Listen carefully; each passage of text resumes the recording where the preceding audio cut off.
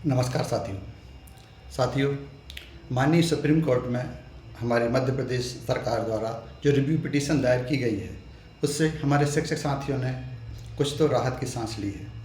लेकिन साथियों, इस समय शिक्षा जगत के सारे शिक्षक साथियों और सबके मन में केवल एक ही सवाल उठ रहा है कि क्या इस रिव्यू पिटीशन से टीईटी एग्ज़ाम टल जाएगा। हमारे जो जुलाई अगस्त में संभावित है कि टीईटी एग्ज़ाम होने की संभावना है, तो क्या ये रिव्यू पिटीशन जो सरकार द्वारा दायर की गई है उससे टीईटी एग्ज़ाम टल जाएगा। कुछ लोगों का कहना है कि टल जाएगा और कुछ लोग कह रहे हैं कि नहीं टल पाएगा। साथियों, रिव्यू पिटीशन दायर करने से टीईटी एग्ज़ाम टलने की संभावना है भी और नहीं भी। साथियों, अब वो कौन सी परिस्थिति होंगी जिनमें टीईटी एग्ज़ाम टल सकता है और वो कौन सी परिस्थितियाँ ऐसी निर्मित हो सकती हैं जिसमें टीईटी एग्ज़ाम होना जरूरी रहेगा, उसमें टलने की संभावनाएं थोड़ी कम हो जाएंगी। आइए साथियों, हम इस सारे बिंदुओं पर चर्चा 1 to 1 आपसे कर लेते हैं।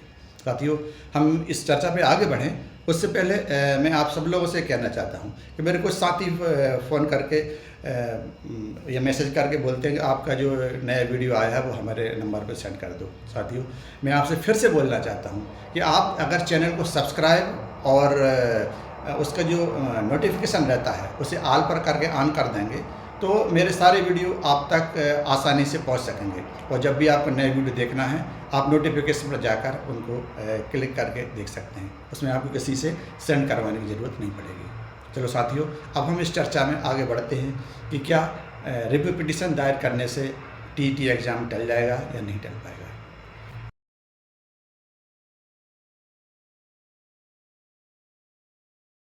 साथियों, हम बात करते हैं कि सरकार द्वारा माननीय सुप्रीम कोर्ट में जो रिव्यू पिटीशन दायर की गई है, अभी वो केवल रिव्यू पिटीशन दायर हुई है।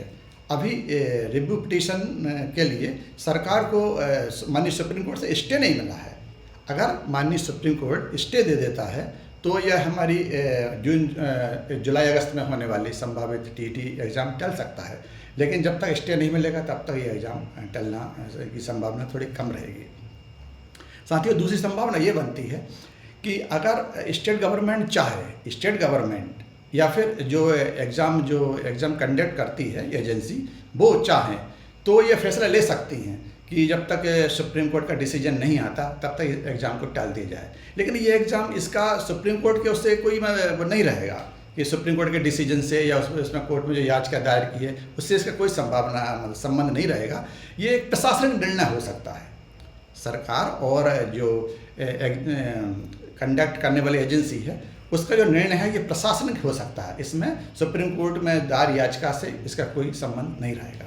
ये संभावना बन सकती है। साथियों, तीसरी संभावना यह बन सकती है कि सरकार द्वारा माननीय सुप्रीम कोर्ट में जो रिव्यू पिटीशन दायर की गई है तो माननीय सुप्रीम कोर्ट द्वारा यह कहा जाए कि जब तक रिव्यू पिटीशन का फैसला नहीं आता है या फिर जब तक उसकी सुनवाई चल रही है तब तक इस एग्ज़ाम को रोक दिया जाए। यह सुप्रीम कोर्ट द्वारा यह बात कही जा सकती है। लेकिन अगर यह बात सुनवाई को स्वीकार कर लेती है सुप्रीम कोर्ट तब यह बात कहने की संभावना जाग जाती है। साथियों, एक संभावना और भी बन सकती है कि जो एग्ज़ाम कंडक्ट होता है उसमें अगर कोई भी याचिका उस समय चल रही होती है, किसी भी एग्ज़ाम के समय हमने कई बार देखा है कोई भी एग्ज़ाम है और उस पर अगर कोई याचिका लगाई गई हैं तो उसमें जो डिसीजन इस तरह से पेंडिंग रहता है कि जो एग्ज़ाम है, इस एग्ज़ाम का जो रिजल्ट रहेगा वह जो डिसीजन से प्रभावित होगा। उस एग्ज़ाम का जो रिजल्ट रहेगा वह डिसीजन से प्रभावित हो सकता है। मतलब साथियों, जो संभावना जो बनती है वो एग्ज़ाम के जो फाइनल रिजल्ट रहता है वह सब्जेक्ट टू फाइनल डिसीजन माना जाता है। मतलब साथियों, ये संभावना रहती है कि जो एग्ज़ाम का रिजल्ट रहेगा वह सब्जेक्ट टू फाइनल डिसीजन रहेगा। मतलब जो परिणाम घोषित होगा उस रिजल्ट का वह माननीय सुप्रीम कोर्ट या किसी भी कोर्ट के जो डिसीजन है उस पर निर्भर करता है। ये संभावना रहती है। साथियों, एक संभावना और भी बन सकती है कि माननीय सुप्रीम कोर्ट अगर सुनवाई में पॉजिटिव रुख अपनाती है तो वह अंतरिम राहत भी दे सकती है। इस प्रकार यह कहना पाना तो अभी संभव नहीं होगा कि सुप्रीम कोर्ट में याचिका दायर होने से जुलाई अगस्त में होने वाला हमारा जो टीटी का एग्ज़ाम है वह टल सकता है।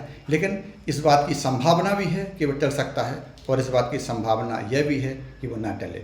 यह हमारे सरकार और माननीय सुप्रीम कोर्ट पर डिपेंड करता है कि यह डिसीजन क्या होगा। साथियों, अभी हमको केवल माननीय सुप्रीम कोर्ट के डिसीजन का इंतज़ार करना होगा।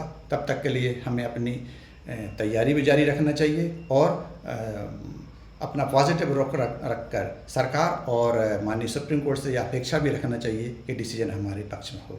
तब तक के लिए जय हिंद, जय भारत।